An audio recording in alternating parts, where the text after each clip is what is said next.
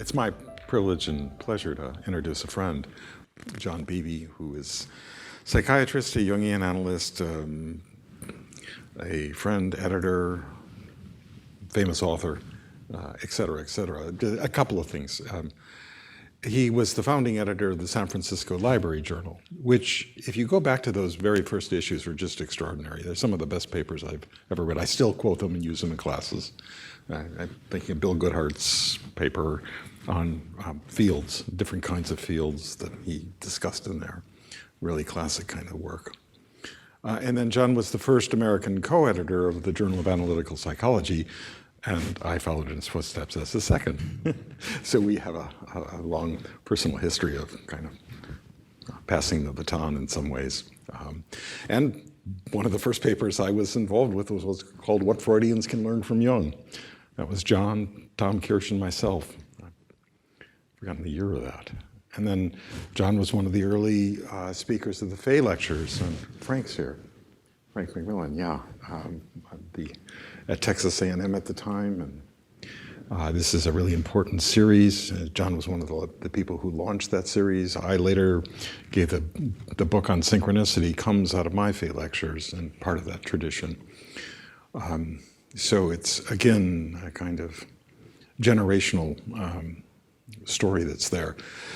John's an expert on films, as many of you know, and has written these wonderful set of reviews just on all kinds of film over the last 40-some years. They should be collected into a final plot. I know some of them have been, but... And then he is the doyen of typology, as many of you know. And his latest book is just masterful, The Energies and Patterns of Psychological Types, The Reservoirs of Consciousness, in 2017. He's also a great friend of Pacifica. He was here at the beginning, getting things going. He has continued to help us in many ways. John and I also work together in China, where we've been bringing the Jungian sort of perspective to the Chinese culture and all of the interesting, fascinating challenges. But probably the most important thing I have to say to John is happy birthday. Because Monday he is 80 years old. And with that, I'll ask John to take the stage. Thank you all. That happens Monday, but I wanted to come here this weekend. How can I prepare for my 80th birthday? I thought, I think I'll come to Pacific. I'll accept this invitation.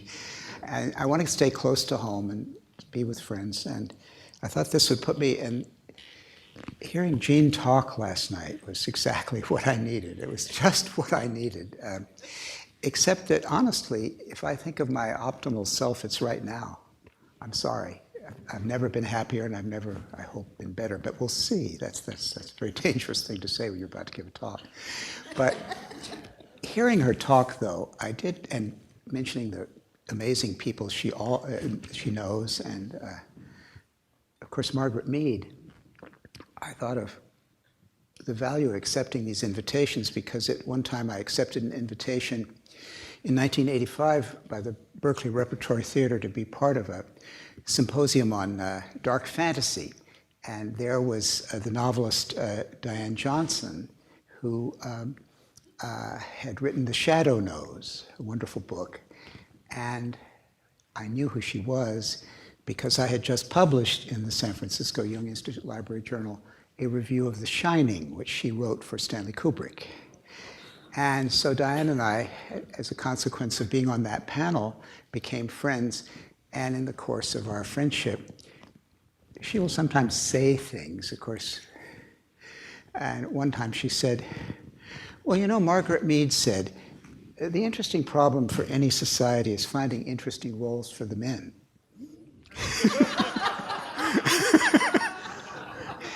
And of course, Diane had given Jack Nicholson one of his most interesting roles, but I have an interesting role to follow Jean Houston today. And my topic is not the same as hers. In fact, my topic is actually, as you'll see, small-mindedness. because I think that's the altered state of being human that all the other altered states are trying to compensate. And so I'm in the practice of Jungian analysis, of course. That is what I do every day. And I get some people who've been dreaming a long time and are very experienced. So one of my colleagues passed away, and I inherited several patients who were dead ringers and had been at it a long time. And they just wanted someone who can really join them in the dialogue. And I like to talk back and with the people I work with. So I'm going to give you a little sample of my dream work with this person. And then I'm going to go back into the past and look at the tradition that I both derive from and have become a critic of, and I hope a constructive critic of, but a critic of at times. And that's the tradition of analytical psychology and Jungian analysis and its approach to dream interpretation. And of course, there are many of you in the room who've struggled with the same issues I have, so you're just going to hear my 80-year version of that. Now, my patient was about 60 years old when he had this dream. And he's a mature, professional man, white, Jewish. And he had the dream October 8th of 2014. So you might think back a little bit about the world and the time in which that dream took place. So here's what he told me. He said, the dream is in two parts. It has a verbal statement and a visual statement. And the verbal statement in the dream is, life goes on until a tree stops you. Then in the visual aspect of the dream, which also had another part, the tree was getting an elephant. Now, the tree that he saw in the dream looked a lot like the trees in, or the tree in Dali's The Persistence of Memory, the most famous surreal painting. It's really a dead tree, a kind of a, and in the dream, the tree is getting an elephant. Now, in the first part of that dream, there were white men, white guys, and they somehow butchered this elephant and hung it up in a tree. The elephant was really butchered.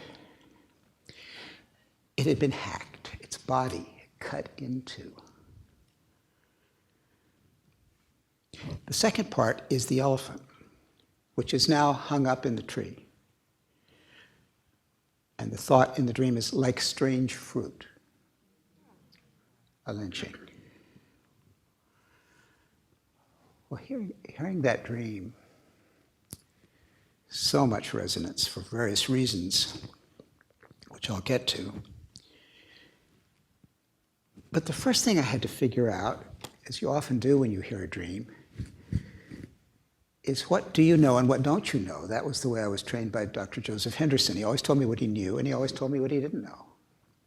And I once had a dream in which Janis Joplin had come back to life and was giving concerts again. And I said, "Oh my God!" And I went to Joe Henderson, and I can't go through all that again. And he told me the whole dream, and he said, "Who's Janis Joplin?"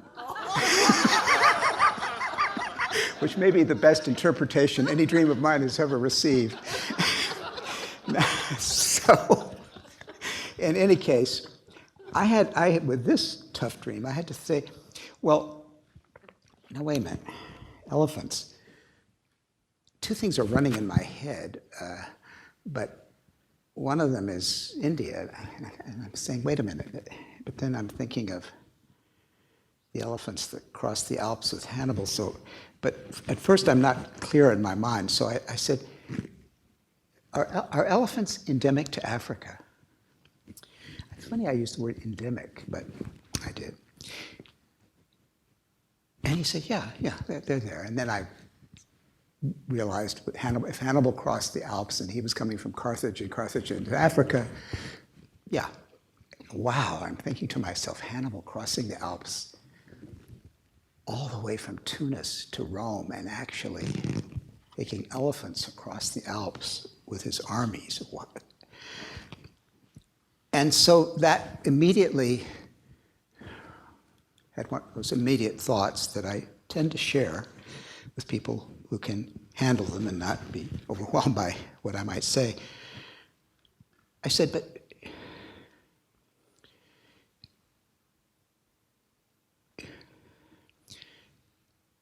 this is the strength of Africa that's in that tree.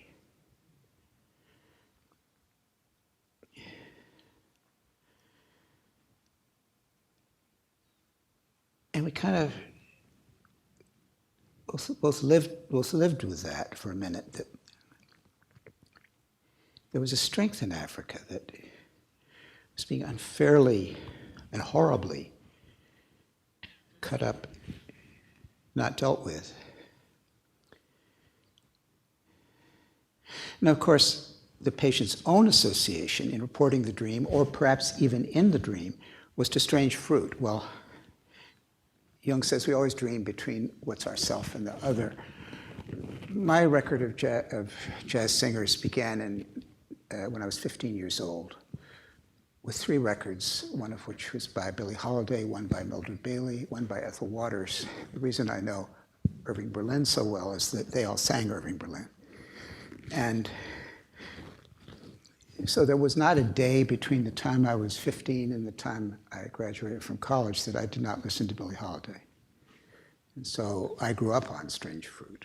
And it was a long time before it was later assigned the Song of the Century. And there's a fantastic history behind it, a whole book about it.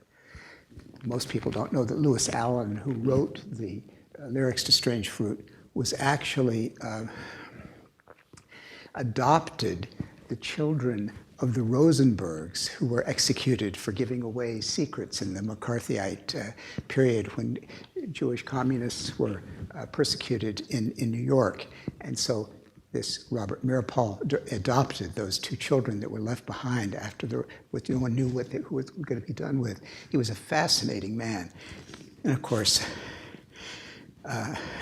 Billie Holiday herself was greatly persecuted by the federal government because she top-rate so central the topic of racism at a very unpopular time. So she was arrested when she was trying to get clean of heroin and started a whole process that we all know about.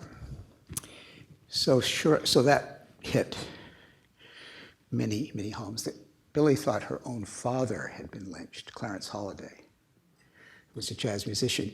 She was actually wrong. That wasn't her father, but she didn't know it. Her mother had several men, but nevertheless, that was what she grew up with. So somehow, Strange Fruit brought what was happening in Africa home.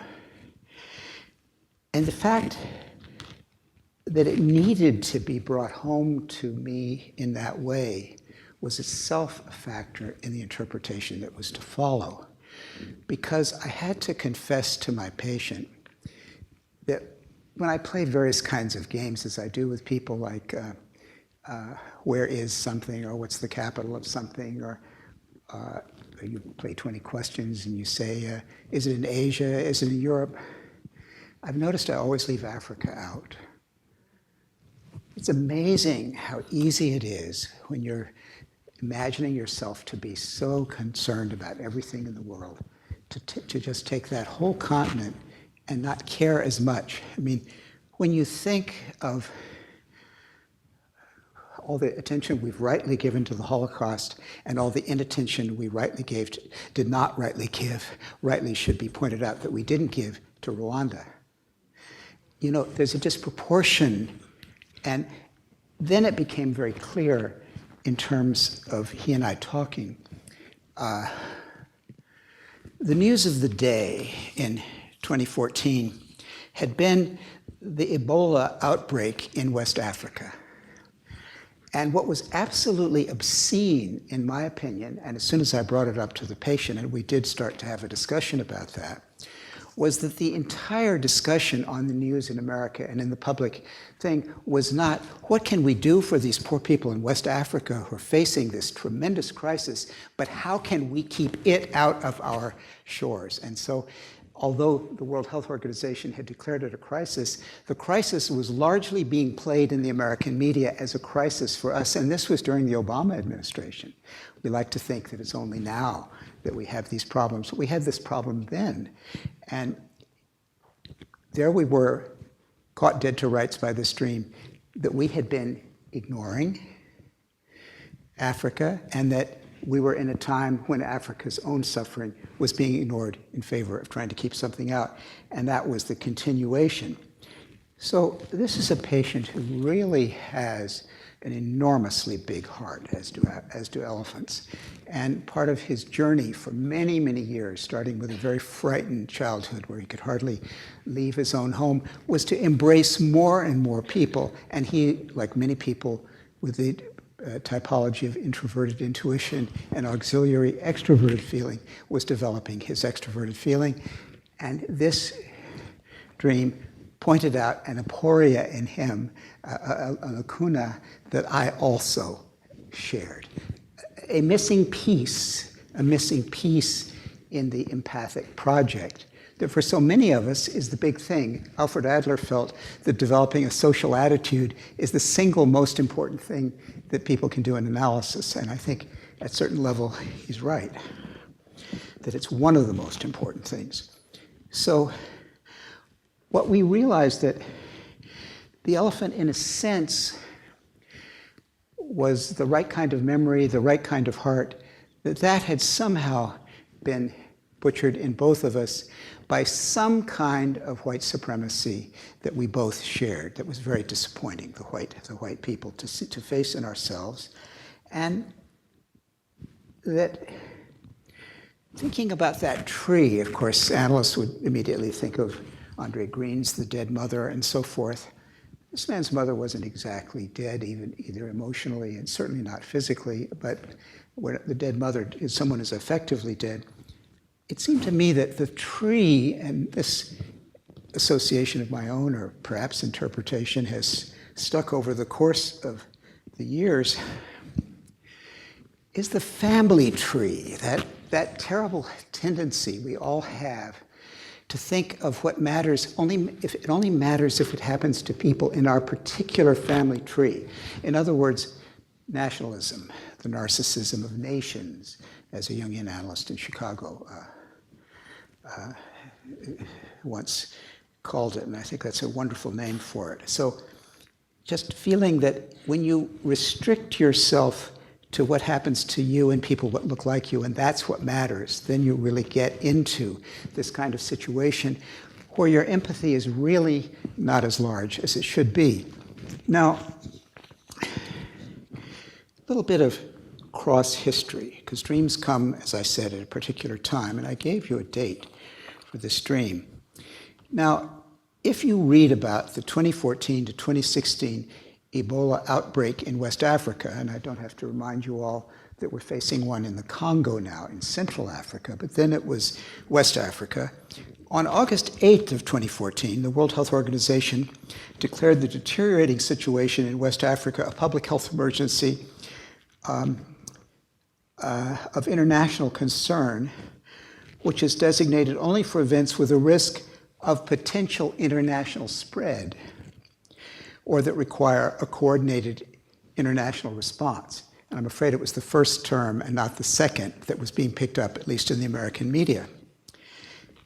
Now, it was getting closer. On September 30th of 2014, the Center for Communicable Diseases confirmed that the first travel-associated case of Ebola was diagnosed in the United States in a man who traveled from West Africa to Dallas, Texas. The patient died on October 8th, 2014. So this particular patient has been very pleased with my resonance at that level to that part of his dream, And it's been something that has actually empowered him in all kinds of ways. And he's kind of amazed by how empowered he feels to get into the world, partly because of my noticing the part of him that's already in the world, what I would call his psychological citizenship. And he's enjoyed and benefited from having that mirrored. And he's really blossoming in a beautiful way. So what I'm doing is not that different from what so many people are doing nowadays. When Andrew Samuels was right, the political psyche is in our practices. People hurry through their Oedipal problems, their mother problem, their childhood trauma. They get the duty 20 minutes, so then they can talk about what's happening to this country and what's happening to the world, which is what they really want to talk about, and hear me talk back about. I see that so often. It's kind of amazing. I certainly try not to force that on people or try to over-politicize the therapy. It's more that the psyche's on the task, and I have to keep up with it, and I have to see what it's saying to me as a citizen as well. So that's where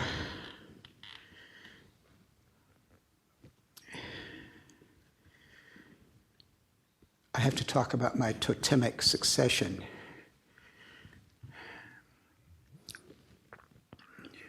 I was trained at the Jung Institute of San Francisco.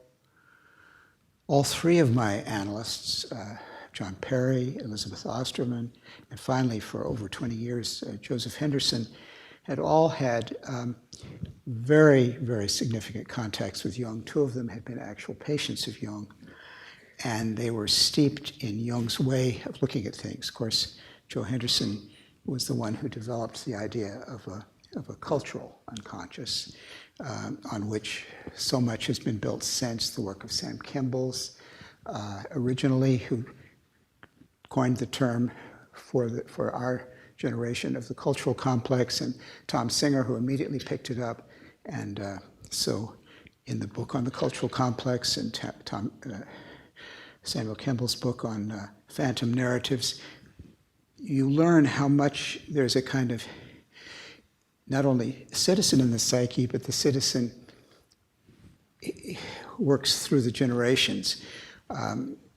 Joe sometimes shared with me dreams that he had that had been about our culture that were amazingly pertinent and helpful, and that helped me with dreams I was having about our culture. And they can sometimes be astonishingly specific. So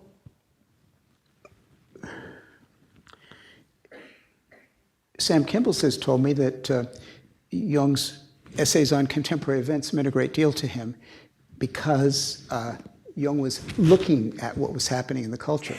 Many, many people have criticized Jung because he wasn't looking very well at it, or not the right way they would want him to look at it, but he was looking at it, and he was trying. Jung always said he was a dilettante. He didn't even use the word amateur in so many fields. And so what I'm about to do is critique my parents and grandparents for some of the tradition I inherited that I'm trying to break with and learn from. But I also want their failures as well as their successes to inform me as to the potential dangers of my own practice. So I have a set piece to read to you. It's called Psychological Citizenship, a Problem of Interpretation. It's a paper I've recently completed and will be published not too long from now, the next year. In April of 1934, Toni Wolff was in Great Britain reading a lecture she had written in English to the Analytical Psychology Club of London. Drawing toward the end of her prepared remarks, she mentions that the Protestant religion has no feminine goddess and ventures that maybe this fatal psychological omission of the Reformed Church is one of the reasons why the Christian Trinity symbol has become insufficient. And she adds, in the early days of the Gnostics, the Holy Spirit was a female character. It was Sophia, the wisdom. But that was thought to be a dangerous and therefore heretical teaching. And anyhow, we cannot go back in history.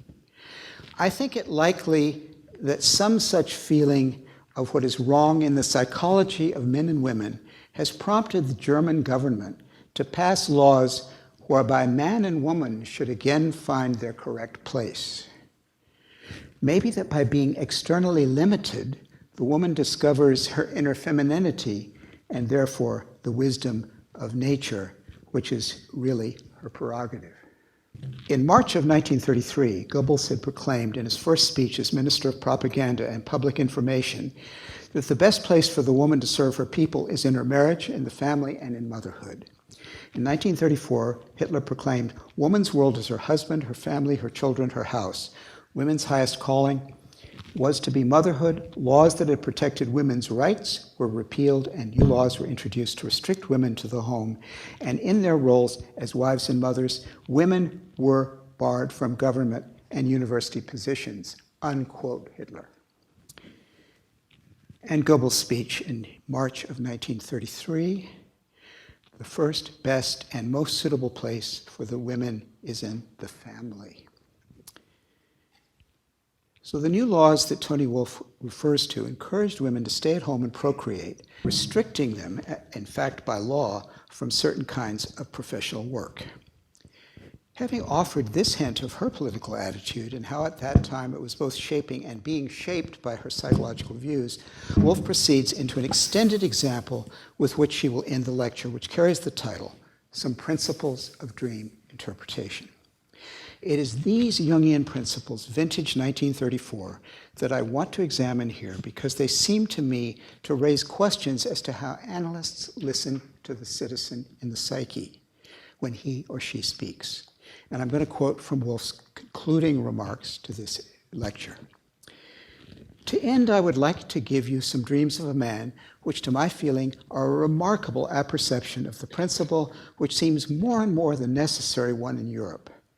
The dreamer is a most cultured man of about 60 and of a nationality which places him in a position whereby he is able to value objectively the general political situation. He lives in Switzerland. His great hobby has always been history, and his most admired hero is Julius Caesar. Quite a number of years ago, he dreamt he saw in an underground room the foot and shoe of a Roman soldier of one of Caesar's legions. The dream at this time could hardly be interpreted, but events showed where it led to. In March 1933, he had the following dream, which was really a nightmare. He was in a room. In the opposite corner stood a figure, wrapped like an Egyptian mummy. But gradually the figure became alive and slowly began to move towards him. It tried to get free of its bandages, and the bearded head of a man appeared.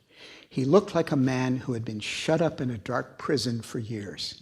His eyes rolled wide, and he tried to form words, but apparently he had either forgotten speech or did not know the language of the world into which he had come back. Perhaps he was even unaware of the epoch he had come back to. As he advanced toward the dreamer and stammered in wild and desperate tones, the dreamer woke in terror." Now, the associations, Wolff continues, were of an historical film he had seen wherein a prince was unjustly thrown into prison, and it looked like the figure in the dream when he had finally come out. The mummy was like that of an Egyptian pharaoh. Further associations made it clear that the figure was the impersonation of a ruling principle which was characterized as Imperatorlike Principle, of which Julius Caesar is the most outstanding representative. The dream took place just about the time when the new German government was formed. The Imperatorlike Principle is the principle of leadership where the capable man, in a time of disorientation and disintegration, is able to see the immediate necessities from a new angle and to take things into his own hands. Of course, the dream was also relevant to the dreamer himself, but it certainly is at the same time an expression of a political situation which becomes more and more apparent in Europe, and at the same time of the dream was even obvious in the United States. That's Tony Wolff, 1934. As we see, Wolff has tied the dream to the time of the early days of the German government under Adolf Hitler. In the same month as she dates the dream, the Weimar Constitution was amended to give the German cabinet, and thus in effect the new Chancellor Hitler, the power to enact laws without the participation of the Reichstag. In support of her view, which I share, that the nightmare of the awakened mummy contained the dreamer's reflection on the emerging political situation being felt transnationally, Woolf cites a more recent dream of the same man that she notes came at the time of great civil unrest in France and Austria, and I had to look that up. In early February of 1934, riots by right-wing French fascists and veterans succeeded in toppling France's center-left government in Austria, a brief civil war. The February uprising broke out between socialist and conservative fascist forces. That was in Austria. And she also, Woolf, that at the same time, we had some upstirring political events in Switzerland. And I think she may be referring to the referendum held on March 11th, 1934, that was the month before she gave this lecture I'm quoting from, on whether to approve a federal Swiss law on maintaining public order, a proposal that was rejected by Swiss voters. So in his dream from this more recent politically charged time, meaning early 1934, Woolf's most cultured man of about 60 dreamed that he went to the Zurich Playhouse, where Shakespeare's Julius Caesar was given in modern setting and clothes, and he remembered having seen several scenes, but when he came to the great scene at the Forum, he thought he could not bear to see Caesar in a modern suit, and he left the theater. Now, to demonstrate how she applied tenets of the analytical psychology she practiced at that time in responding to this dream, Woolf let her audience in London hear her conversation with the dreamer. I asked him what political principles Caesar and Brutus would represent, not in Shakespeare's tragedy, but in real history. He said that Brutus was the conservative element who conspired against Caesar because he thought he was violating democratic and constitutional ideas. But this was a quite unjust accusation, as Caesar was the one blameless figure in history who never defiled himself by breaking the law or by seeking merely personal ends. He was the leader and dictator first because the epic was in need of this, and also by his genius. Now let's pause here to note that in working with both dreams, Woolf dismisses the affective reaction of the dream ego, treating it as an error in judgment, rather than as a valuable message from the psyche. And this is not a stance in dream interpretation that I like to endorse. It is especially dangerous when dealing with dreams that have political content, because the analyst's political leanings may too easily lead him or her astray. And what is the impact of such interpretations on the dreamer? By now, it may have occurred to you that I suspect C.G. Jung of being the most cultured man living in Switzerland, whose dreams Woolf is speaking of. The evidence I have is circumstantial, but I find it compelling. Jung was Swiss, he was a most cultured man, he was about to turn 60 the following year, and his hobby was certainly history. And more important, Julius Caesar was one of his heroes. We know this from a photograph Sonu Shamdasani includes in his book, C.G. Jung, A Biography in Books, which takes us into Jung's library. There is a picture of the library in 1909, which shows portrait busts of Voltaire, Nietzsche, and Julius Caesar.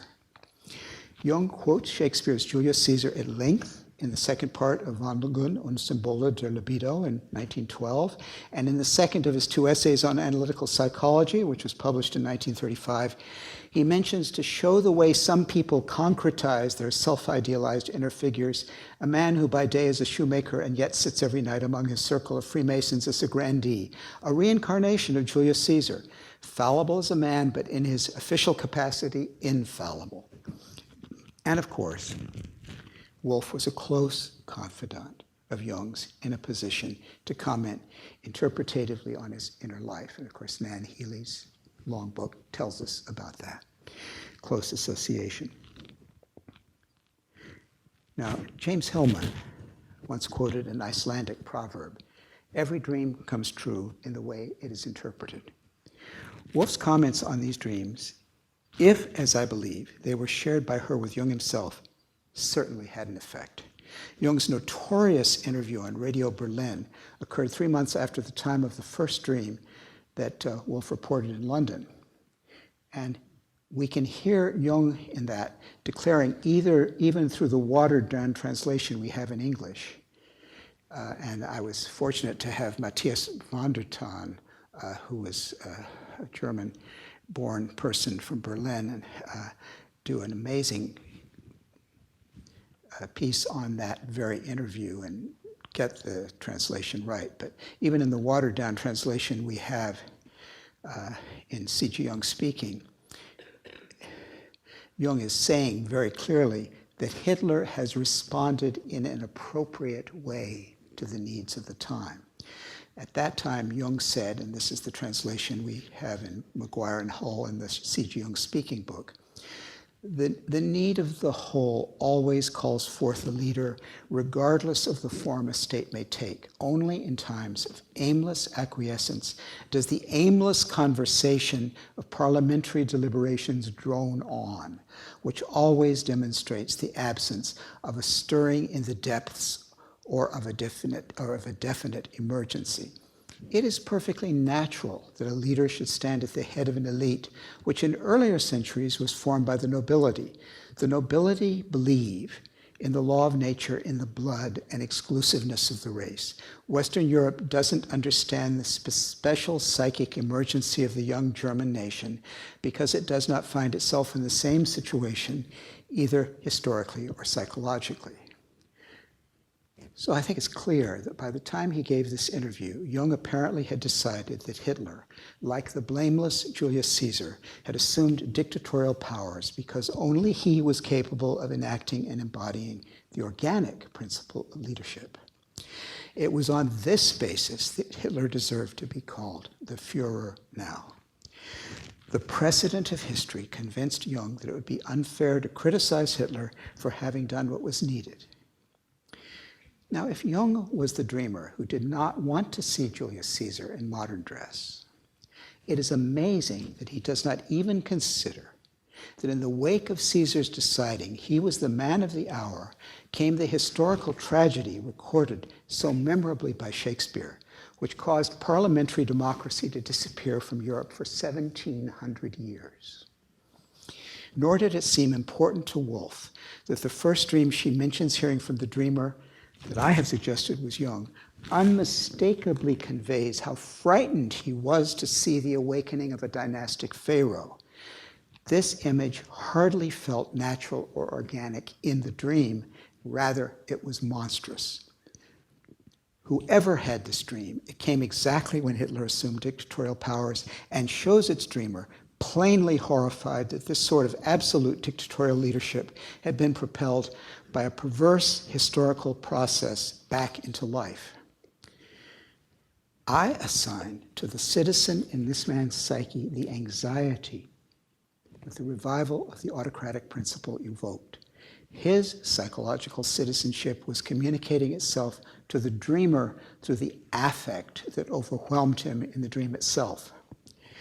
The dream interpretation that Woolf facilitated leads the dreamer away from his dream ego's horror that such a long-buried avatar of undemocratic leadership has managed to unwrap itself. Arrived at on the basis of conscious associations tinged with cultural complexes, this interpretation argues that the delirious phantom that has been awakened from its long historical sleep to intrude into modern history is actually a blameless human personage whose return one is wrong to fear. The dreamer is assured that the imperator-like presence that can still be recognized in the vivified mummy points to a restorative archetypal principle of leadership. I'm quoting again, where the capable man in time of disorientation and disintegration is able to see the immediate necessities from a new angle and to take things into his own hands, unquote Woolf in her Principles of Dream Interpretation, 1934.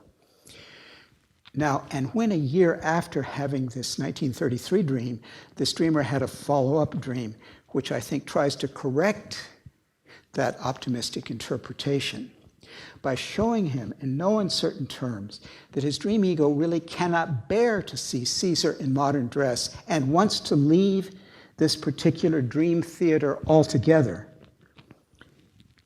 Woolf quelled the dreamer's doubts once again by calling him back to his associated idealization of Julius Caesar, saying he was the leader and dictator first because the epoch was in need of this, and then also by his genius.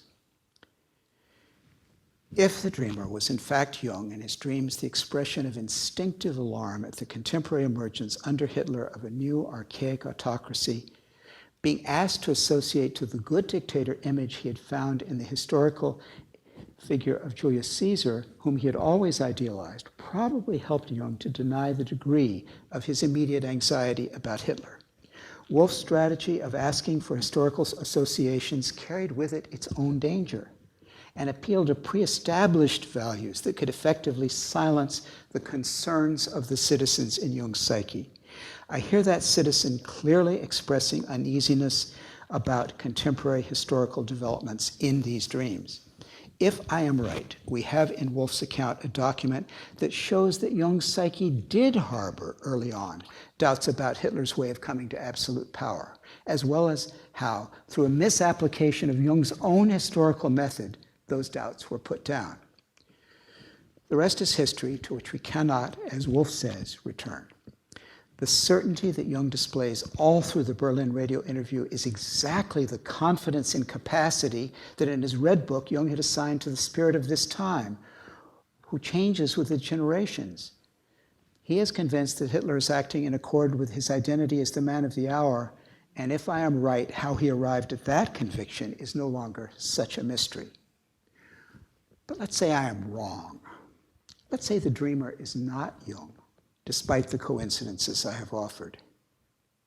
If anything, I feel even worse about this possibility. It is even sadder to think that it was the citizen in the psyche of some anonymous dreamer that Wolff's analytical psychology managed to silence. The approach to dream interpretation that Wolff practiced allowed the numinous uncanniness of a dream archetype to dominate the interpretation, crowding out the expressed affect of the dreamer toward the archetype. Isn't such silencing of the worry of the citizen in the psyche the analyst form of political repression? And shouldn't we recognize that when we see it as the outrage it is?